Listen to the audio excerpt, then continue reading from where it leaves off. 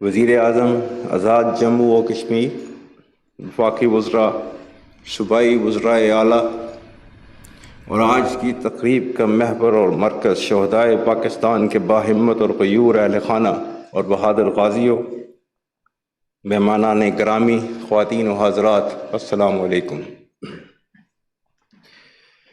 آج یوم دفاع و شہدائے پاکستان کے موقع پر میں اس وطن عظیم کے تمام بہادر شہداء اور غازیوں کو خراج تحسین پیش کرتا ہوں، جنہوں نے پاکستان کے تحفظ اور بقا کو یقینی بنایا۔ میں اللہ کی بابرکت ذات سے جد و جہد قیام پاکستان سے لے کر آج تک تمام تر شہداء کے درجات کی بلندی کے لیے دعا گو ہوں، جن کے مقدس خون نے وطن کی عظمت اور اس کی سلامتی کو یقینی بنانے کے لیے اس پاک سرزمین کی مٹی کی آبیاری کی۔ میں پاکستان کی عظیم قوم کے جذبوں کو سلام پیش کرتا ہوں، جس نے آزمائش میں افواج پاکستان اور قانون نافذ کرنے والے اداروں کے شانہ بشانہ طاغوتی قوتوں اور دشمنوں کا ڈٹ کر مقابلہ کیا۔ یقیناً پاکستانی قوم ایک جرری اور بہادر قوم ہے، جو آزادی کی اہمیت کو نبھانا اور اس کی قیمت چکانا احسن طریقے سے جانتی ہے۔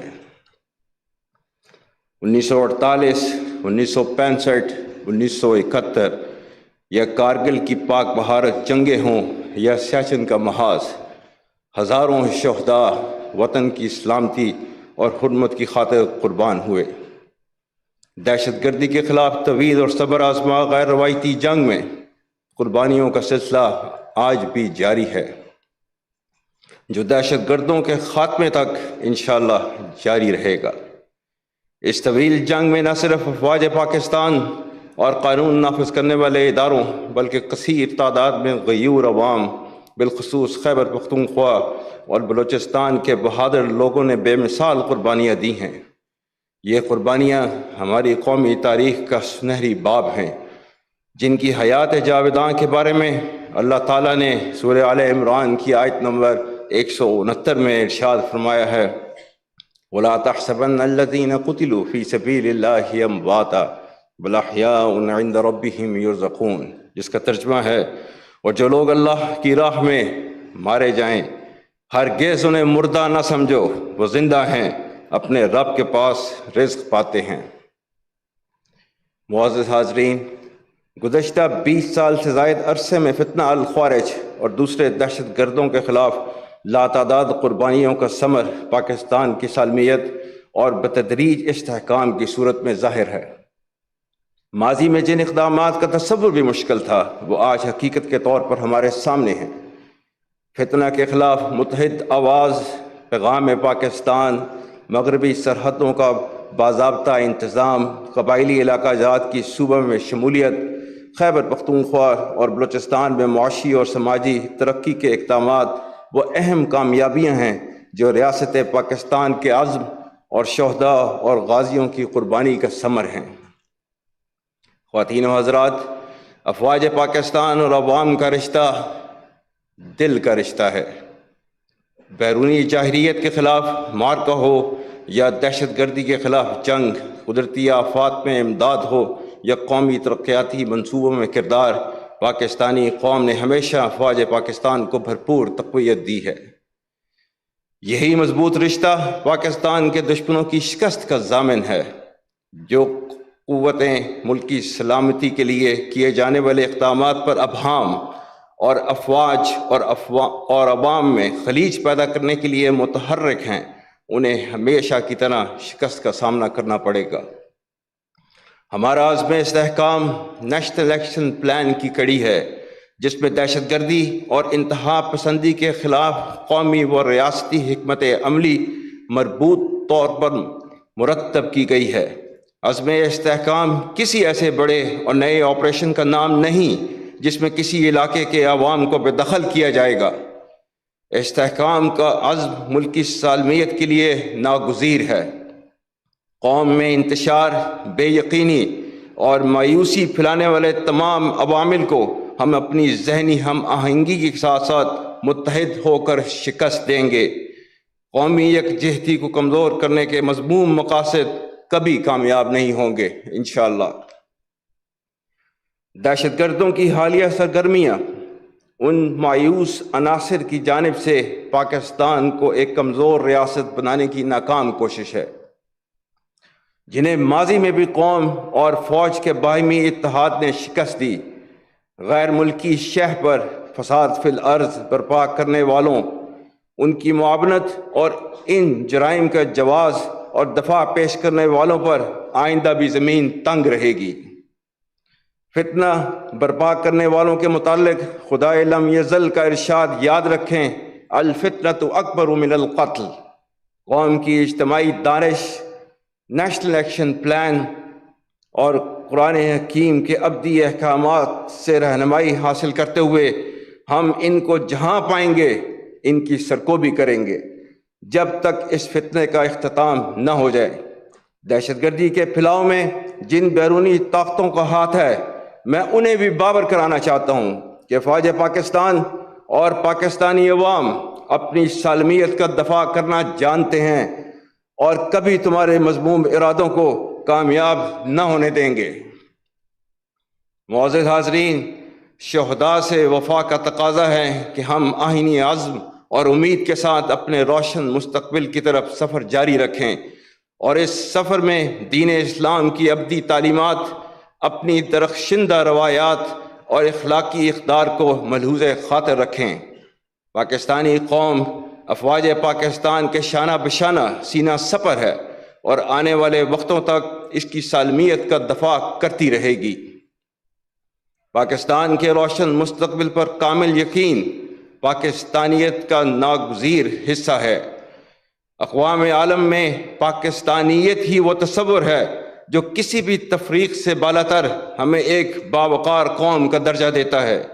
یہی ہماری شناخت ہے جو اس خوبصورت گلدستے کو، جس میں مختلف رنگ و نسل، عقائد، زبان اور علاقائی روایات کے لوگ موجود ہیں، کو آپس میں پروئے ہوئے ہے۔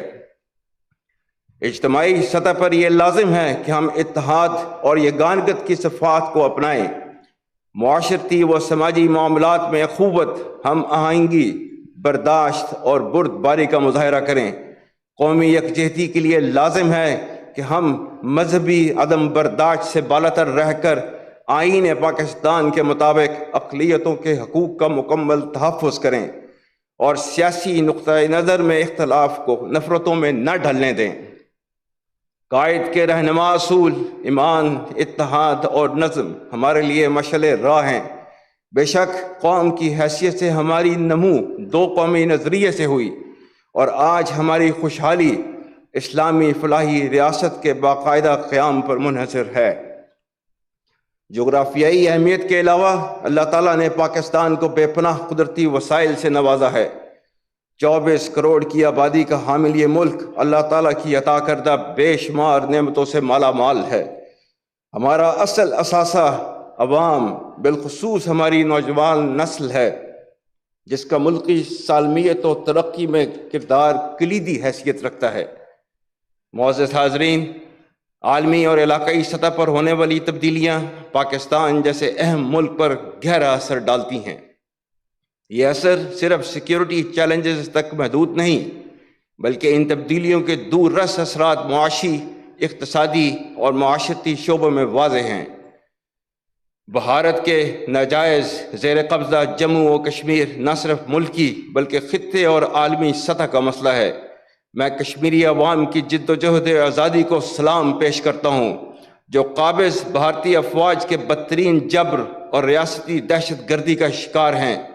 بھارت آج کشمیر میں مسلمانوں کی اکثریت اور اقلیتوں کی نسل کشی کے ذریعے مقبوضہ کشمیر میں معاشرتی تبدیلیاں کر رہا ہے۔ جنوبی ایشیا میں پائیدار امن کا قیام مسئلہ کشمیر کے حل میں ہے۔ پاکستانی قوم مقبوضہ کشمیر کے شہداء کو خراج عقیدت پیش کرنے کے ساتھ ساتھ کشمیری عوام کو یہ یقین دہانی کراتی ہے کہ ان کو حق خود ارادیت ملنے تک ان کے لیے ہر طرح کے سیاسی، سفارتی اور اخلاقی حمایت جاری رہے گی۔ آج مقبوضہ جموں و کشمیر کی طرح فلسطین کا تنازع بھی دنیا کے لیے انتہائی قابل فکر سوالیہ نشان ہے۔ غزہ میں اسرائیلی جارحیت و بربریت اور فلسطینیوں کا استحصال انسانیت اور بین الاقوامی قوانین کی کھلی خلاف ورزی ہے۔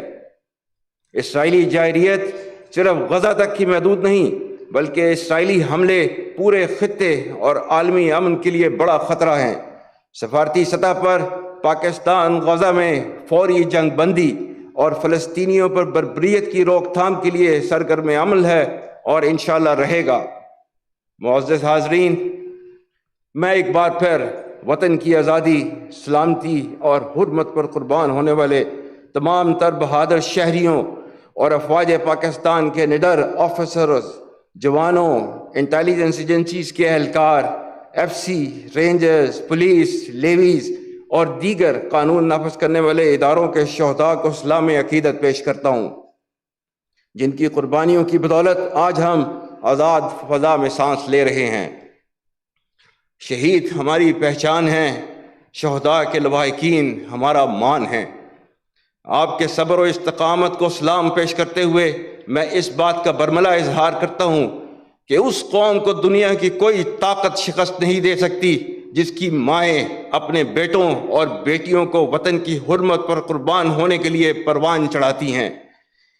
میں خاص کر افواج پاکستان اور قانون نافذ کرنے والے اداروں کے وار وونڈڈ پرسنز اور غازیوں کو بھی سراہتا ہوں، جنہوں نے ملک دشمنوں کے خلاف آئینی ڈھال بن کر ملک کی سلامتی کو یقینی بنایا۔ آپ کے اہل خانہ بھی پوری قوم کی طرف سے خراج تحسین کے مستحق ہیں۔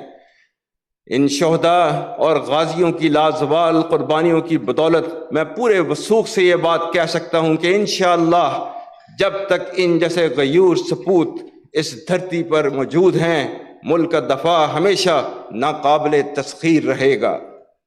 آخر میں وزیر اعظم پاکستان، وزیر اعظم آزاد جموں و کشمیر، وفاقی وزراء اور صوبائی وزرائے اعلیٰ اور تمام مہمانان گرامی کا مشکور ہوں جو آج کی اس پروقار تقریب میں تشریف لائے اور ہماری بہادر افواج کے آفیسر، جوانوں اور غازیوں اور شہداء کے لواحقین کے حوصلے بڑھائے۔